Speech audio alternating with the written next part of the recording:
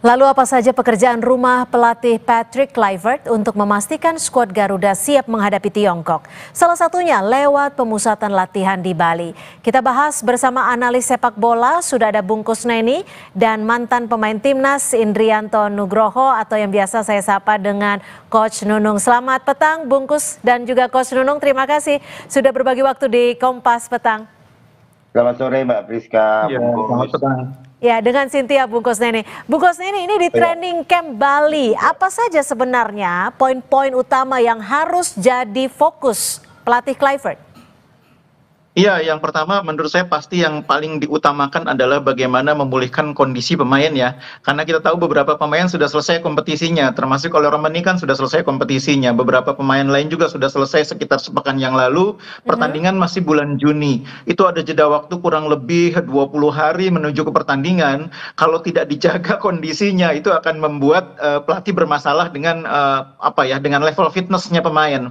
Jadi memang perlu sekali menjaga kondisi pemain, bahkan untuk pemain yang sudah menurun dipulihkan lagi supaya nanti mereka berada di level fitness yang cukup untuk bermain 90 menit. Itu yang pertama. Yang kedua juga ini kesempatan yang bagus untuk membangun chemistry. Karena persoalan terbesar yang dialami tim di pertandingan di round sebelumnya ketika away ke Australia, itu kan waktu untuk beradaptasi nggak ada gitu. 1-2 hari ketemu langsung main. Nah ini mereka punya waktu sekitar 10 hari mungkin ya di Bali untuk tidak hanya berlatih bersama, tapi yang paling penting itu chemistry. Karena di luar lapangan mereka punya waktu juga untuk saling mengenal, ngobrol, mungkin bisa saling membangun bonding di antara pemain. Itu mungkin jauh lebih penting karena pemain ini terus terang saja latar belakangnya sangat berbeda-beda. Meskipun mungkin banyak orang bilang ini kan rata-rata dari Belanda. Iya memang sebagian besar punya latar belakang Belanda. Tapi mereka ada yang sudah main di Inggris, ada yang sudah main di Liga Amerika, ada yang sudah main di Liga Jepang, macam-macam. Jadi memang perlu sekali kesempatan membangun chemistry itu untuk membuat tim ini lebih menyatu sebagai tim di dalam maupun di luar lapangan. Nah, kalau Coach Nunung, biasanya dalam training camp ini apa saja sih yang bisa dilakukan pelatih? Tidak hanya untuk menyiapkan pemain, tapi juga untuk menyiapkan strategi. Iya, betul. Tadi sudah disampaikan banyak sama Bung Kusneni bahwa mereka saat ini juga butuh adaptasi juga, adaptasi cuaca terutama karena mereka beberapa pemain ini kan mereka main di Eropa ya, rata-rata di Inggris, Belanda. Jadi adaptasi cuaca karena cuaca di Indonesia saat ini lagi nggak menentu juga Mbak. Tapi yang terpenting adalah bagaimana membangun chemistry ya, chemistry dari staf pelatih, semua pemain yang saat ini bergabung dan semoga mereka juga bisa mendapatkan strategi yang bagus juga. Apalagi 10 hari ini ya kita manfaatkan di dalam tim untuk bagaimana strategi yang dipakai, terus nanti apa yang harus dilakukan oleh beberapa pemain kan gitu. Jadi aklimatisasi itu penting. Di Indonesia saat ini cuacanya juga kurang begitu bagus, Mbak. Oke, Bung Kusneni, ini kan kalau kita lihat Kapten Timnas tepatnya akan tetap hadir di Bali untuk memberikan support dan juga dukungan. Apakah akan berpengaruh meskipun Zaitses tidak akan bergabung bermain karena akumulasi kartu? Iya, ini juga bagian yang harus menjadi concern pelatih karena di pertandingan nanti kan ada beberapa pemain yang tidak bisa dimainkan ya. Penjaga gawang sudah pasti bukan Martin Pas, Marcelino juga tidak akan bermain, Orat Mangun juga tidak akan bermain. Artinya akan cukup banyak perubahan di posisi starter dan itu yang saya pikir menjadi salah satu alasan mengapa TC harus dilakukan lebih awal.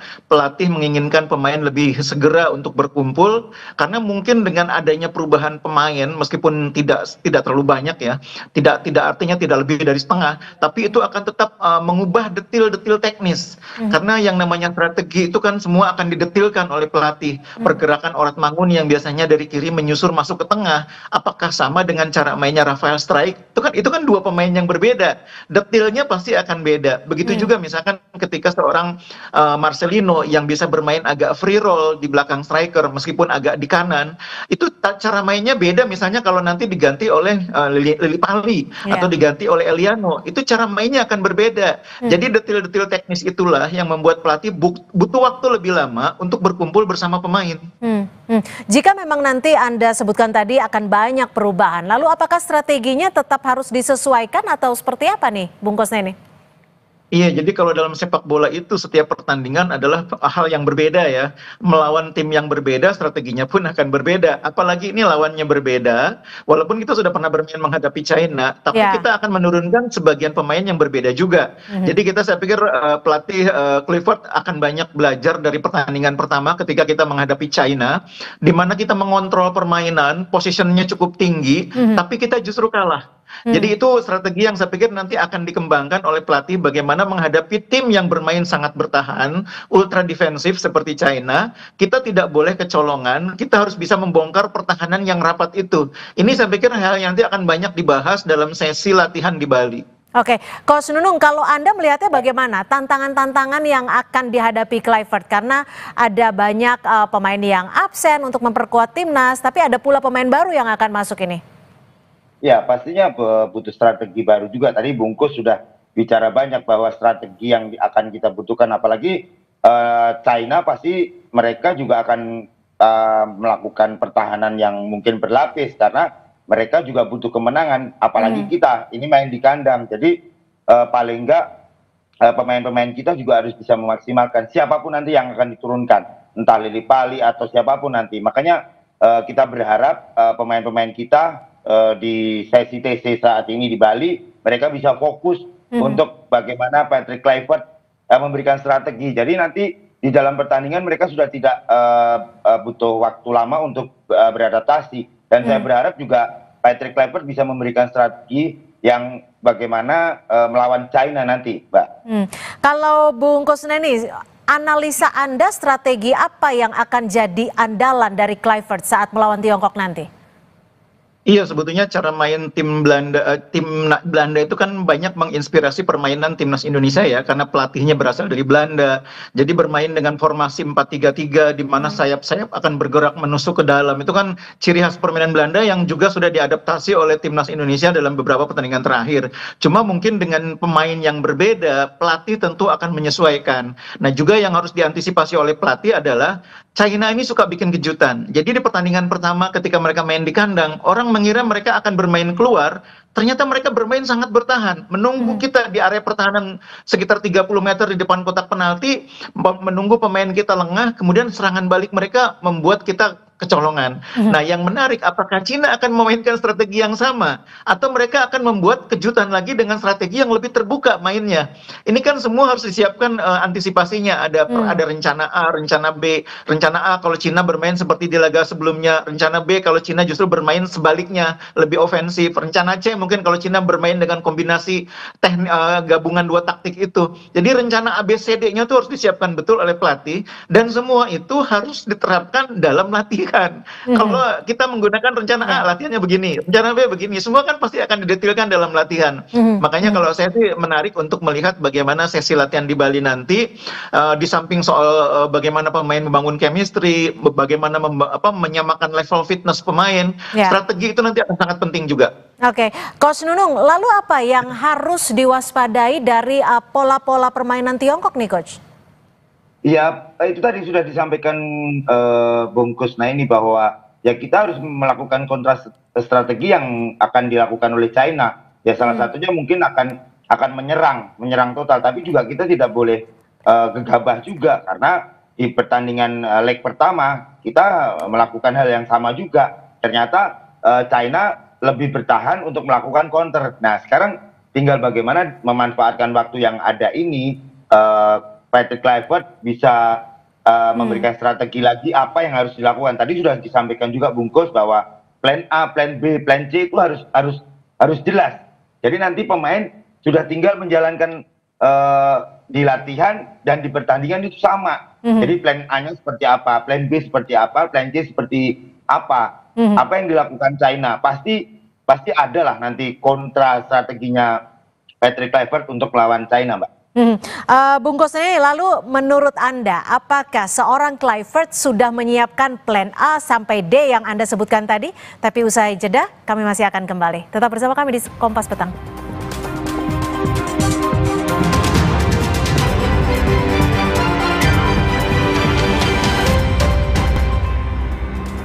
Terima kasih Anda masih bersama kami di Kompas Petang dan kita masih membahas mengenai kesiapan Timnas melawan Tiongkok yang akan beradu pada 5 Juni 2025 mendatang. Saya akan kembali ke Bung Kusneni. Persiapan-persiapan dari Kluivert dari pola A sampai D menurut Anda sudah disiapkan oleh pelatih? Iya, dengan jajaran asisten pelatih yang begitu banyak, saya sih optimis ya semua sudah disiapkan. Bahkan mungkin bukan hari ini, persiapan strategi itu sudah disiapkan bahkan mungkin sejak pertandingan terakhir lawan Bahrain ya. Alex Pastur dan jajaran pelatih yang lain, Dani Lansat dan sebagainya itu sudah mulai mereka-reka pemain yang akan bisa disiapkan untuk lawan Bahrain itu A, B, C, D, E, F dan seterusnya. Skenario-nya, formasinya A, B, C, D itu semua sudah disiapkan. Nah ditambah lagi mereka kemudian melakukan sejumlah pengamatan terhadap pertandingan yang dilakukan oleh pemain-pemain yang ada di Liga Belanda maupun di Liga Indonesia. Jadi saya sih optimis semua sudah disiapkan dengan baik. Harapan terbesarnya adalah semua pemain bisa datang ke Jakarta nanti dalam kondisi yang baik, tidak ada yang cedera, level kebugarannya pun semua dalam keadaan yang baik, sehingga pelatih bisa menurunkan skuad terbaik. Karena kalau kita tidak punya skuad terbaik, Cina juga nggak boleh diremehkan. Cina itu dalam beberapa pertandingan terakhir perkembangannya cukup baik. Nah kita nih pertandingan lawan China ini adalah kesempatan atau lawan Tiongkok ya, kesempatan terbesar untuk lolos ke putaran keempat, wajib menang karena pertandingan terakhir lawan Jepang tentu akan jauh lebih sulit. Jadi kalau mau lolos ke Piala Dunia, mulailah dengan berpikir lolos ke putaran keempat, caranya dengan menang lawan China atau Tiongkok. Coach Nunung, kenapa harus dipilih training camp di Bali, padahal permainannya ataupun duelnya itu akan berlangsung di Jakarta? Ya mungkin untuk pemain juga akan refreshing juga ya, karena cuaca di Bali juga mungkin hampir sama dengan Jakarta, panasnya ada, mungkin hujannya ada. Jadi aklimatisasi itu penting buat pemain Eropa terutama, dan mereka butuh refresh juga, tapi mereka harus tetap fokus konsentrasi melawan Tiongkok. Dan ya semoga latihan di Bali ini bisa menjadikan juga chemistry pelatih, staf pelatih dan pemain bisa padu dan bisa memberikan yang terbaik di tanggal 5 nanti, Mbak. Bung Kusneni, kalau kita melihat kekuatan Tiongkok yang sering mengandalkan fisik dan juga permainan yang direct, apakah timnas kita, timnas Indonesia harus menyiapkan strategi khusus untuk bisa mampu melawan Tiongkok dan memberikan kemenangan bagi timnas? Iya, dalam beberapa pertandingan terakhir termasuk waktu lawan Indonesia, memang strategi permainan Tiongkok atau China ini kan lebih banyak mereka defense counter ya, mereka bertahan dengan rapat di belakang lalu serangan balik. Nah ini juga udah dialami oleh timnas Indonesia ketika mereka kecolongan 2 gol ya. Mudah-mudahan itu semua sudah dipelajari. Jadi mungkin kalau strategi khusus sih pelatih saya pikir semua sudah paham lah bagaimana mengatasinya. Tinggal bagaimana detailnya. Pemain China yang melakukan serangan balik itu kan biasanya pemain depannya, dua sayapnya kiri kanan. Nah pemain kita yang nanti harus waspada terhadap pergerakan dua sayap China ini siapa? Pelatih harus mendetilkan dalam latihan.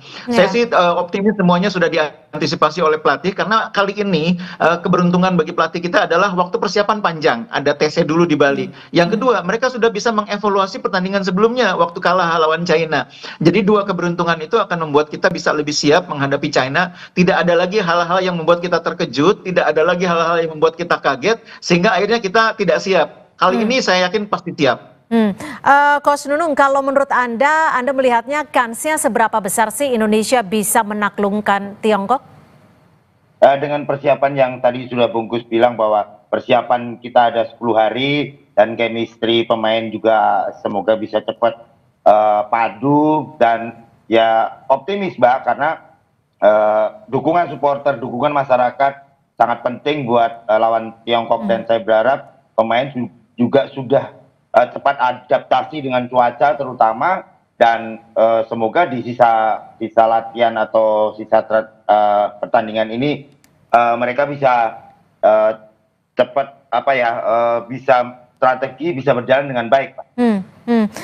Bung Kusneni, dari kualitas pemain dan juga skuad timnas, apa yang sekiranya bisa di-upgrade ataupun bisa ditambahkan agar pola permainan kita bisa jauh lebih baik dari pertandingan-pertandingan sebelumnya?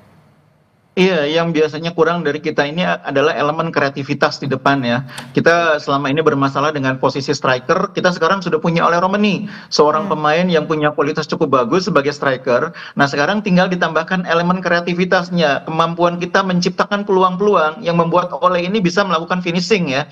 Nah, sayangnya memang Morat Mangun dalam keadaan yang kita butuhkan ini tidak bisa bermain karena faktor kebugaran dan sebagainya gitu ya.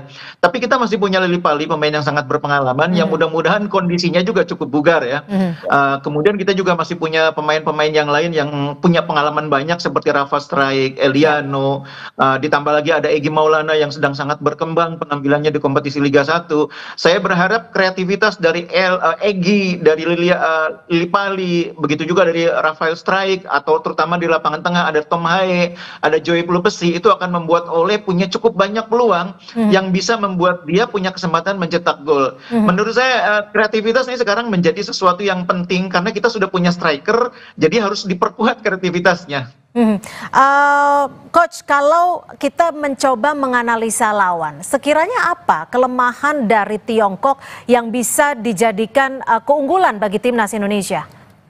Iya, sebenarnya kelemahan dari Tiongkok terutama di sisi back ya, kemarin kan kita bisa memanfaatkan momen itu gitu, makanya di back kanan, back kiri terutama kita bisa manfaatkan, apalagi pemain-pemain kita punya kecepatan. Tapi yang tadi dibilang bahwa kreativitas di depan harus segera dibenahi, mau pakai flank atau mau dari tengah, nah itu pelatih yang akan bisa memberikan strategi, dan semoga ya pemain-pemain yang tampil nanti bisa maksimal. Ada Egy yang ya tadi dibilang Bungkus sedang moncer-moncernya juga, ada Lili Pali juga, dan ya semoga mereka bisa mendapatkan kesempatan untuk bisa memberikan yang terbaik buat Indonesia.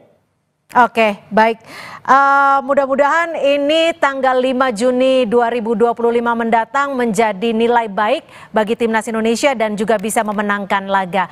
Terima kasih sekali lagi Coach Nunung dan juga Bungkus Suneni sudah berbagi perspektif di Kompas Petang. Selamat sore. Terima kasih.